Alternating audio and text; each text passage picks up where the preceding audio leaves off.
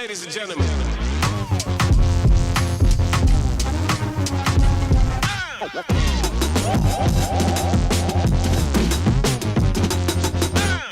Hey, good day. Welcome back to Mike's Diabetes Work. I'm back. Now, I have to apologize for the last video. I couldn't get my camera on the iPad to sit correctly, so I couldn't. Everything looked so damn close. I apologize for that. Today, current blood sugar is 7.4. I have 1.725 units of insulin left. Basal rate's been going pretty much all afternoon. I've started to drop now, which is positive. Corrections, intermittent, but pretty well still within range. I'm doing better here. This has come down. This has dropped since yesterday morning to 14 and 2. So there's still some room for improvement, but right now they're doing pretty good. In range is 84, and this number has come down as well. So all in all, pretty good. Today is Mother's Day. And thank you to all mothers out there. I want to tell you how my mother saved my life. Yes, episode 4 of Story Time. So stay tuned, sit down, and we'll have a great day. So grab a coffee, and we'll be right back.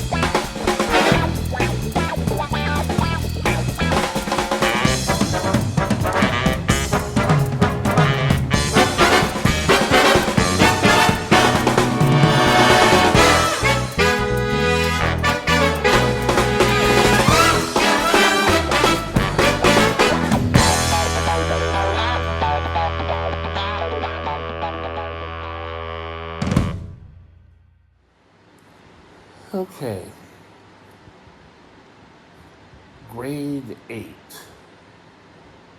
was a brand new year. Just let me come up with it. This was a year I started high school in Vancouver. I think I alluded to this in the last story time. We started high school in grade 8 and went to grade 12. There was no middle schools. So, great. But I went there. My first day to school, went up, got everything taken care of. I registered. I was all excited because I was going to be in a drama class, and I thought that was going to be neat. And I got placed in drama. So, pretty good. I went there, first day of school. We were all herded into a class or an auditorium, and then we were separated off to different classes.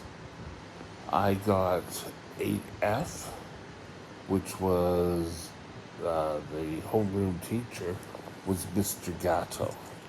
And I kind of met Mr. Gatto once. He was my sister's favorite teacher. She would go and eat lunch in his room every day, and they would talk or whatever. Okay? But so I kind of knew him, and I, to this day, wondered if there was something there. I don't know. I can't say because I wasn't part of it. But I was a big guy. Yes, I know I'm a big guy now, but for my age, 13 years old, I was close to 200 pounds.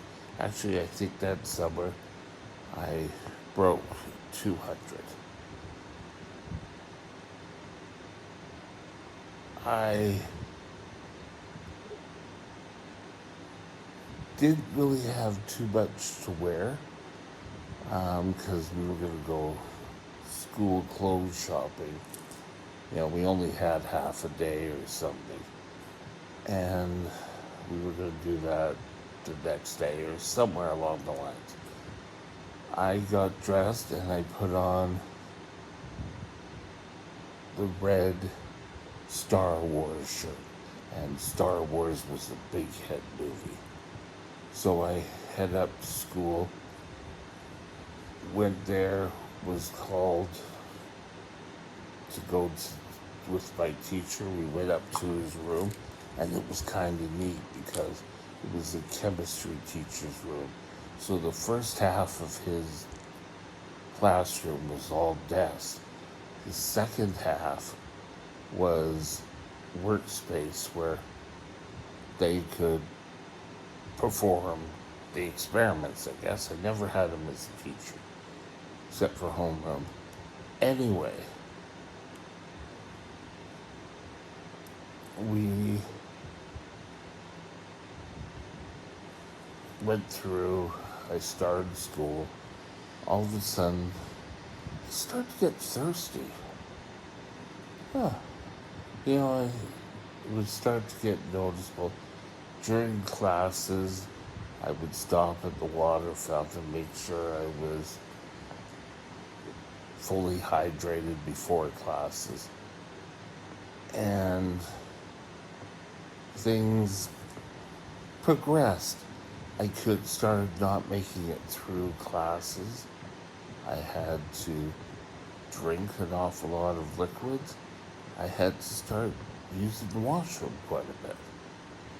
And I would start in my mind making deals with my body and saying, okay, I will drink, then go to the bathroom, and then I won't have to go to the bathroom during class. But it didn't work out that way. So things progressed, and I kept having to drink. Every time I saw water, I had to drink. Now, from home to,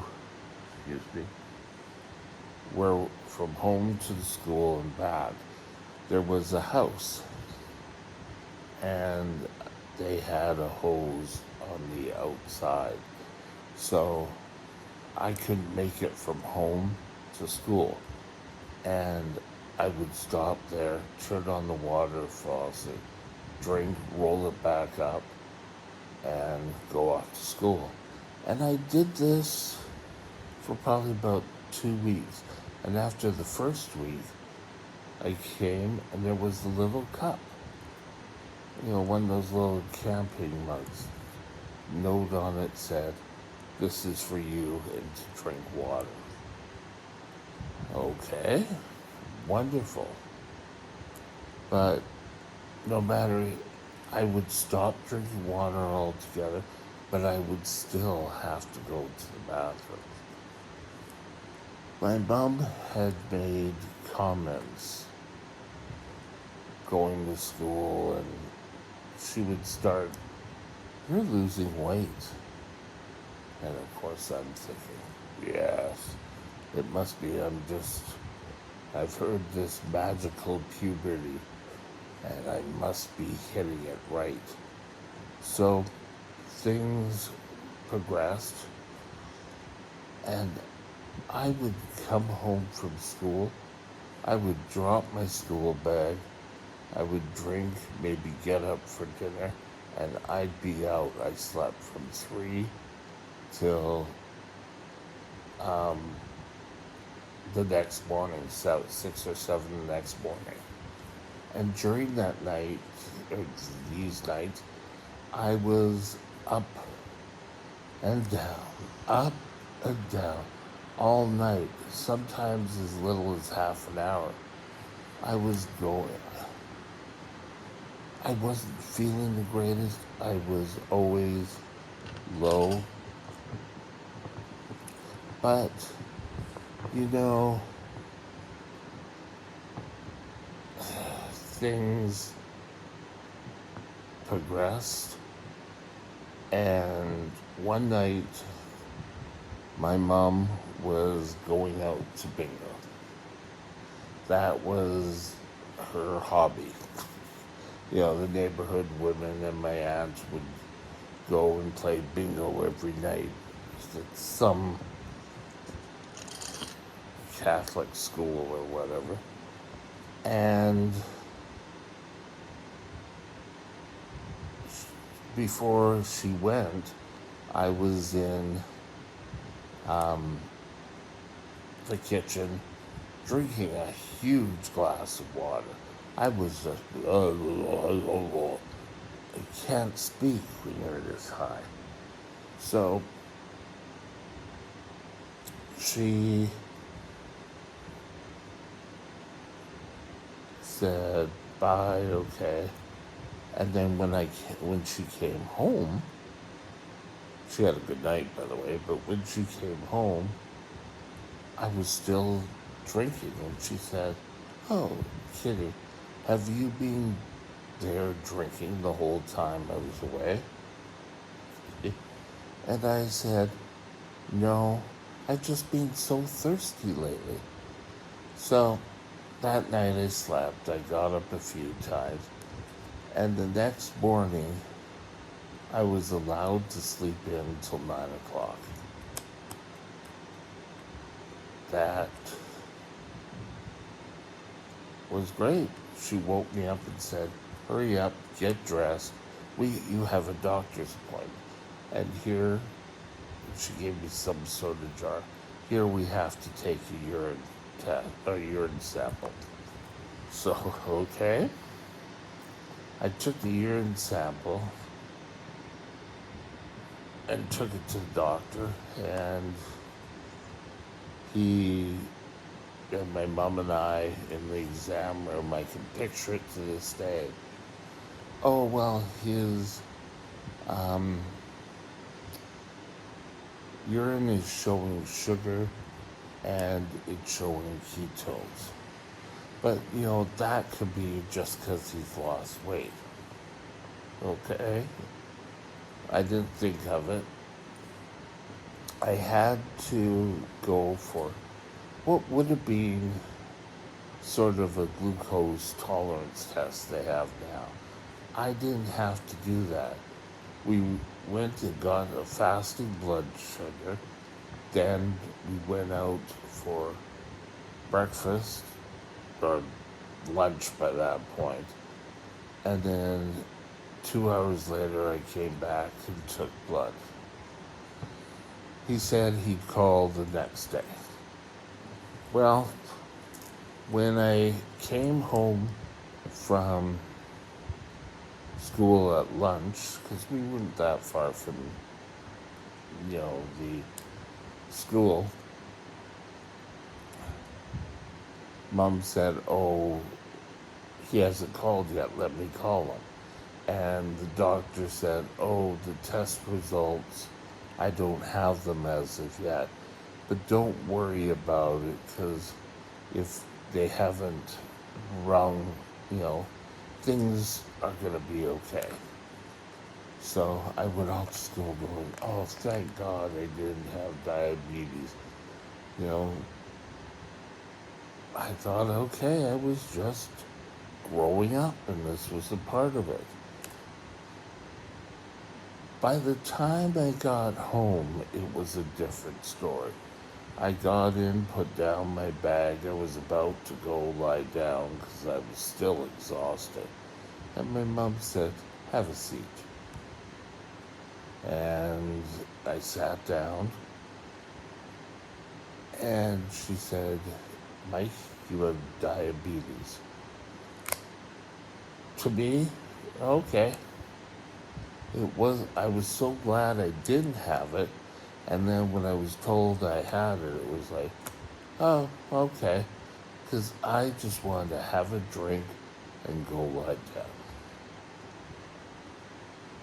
Before the next day, we were going to have to go to the hospital. I had to have a light carb diet. Luckily, my aunt, who's a nurse, and my mom figured out what I could eat. So I ate. I went to sleep. Didn't have to go to school the next day.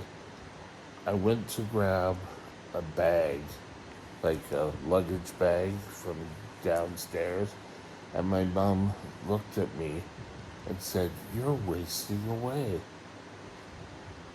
So I don't know if she called the doctor, but somehow she said, well, the doctor says you're sick. I don't know if she got this information from conversation, but that I had, slimmed down and I was losing weight quickly. I went to the hospital. They did blood work again, and I was quite high. On the old scale, I think I was around 870, maybe 900. But I just,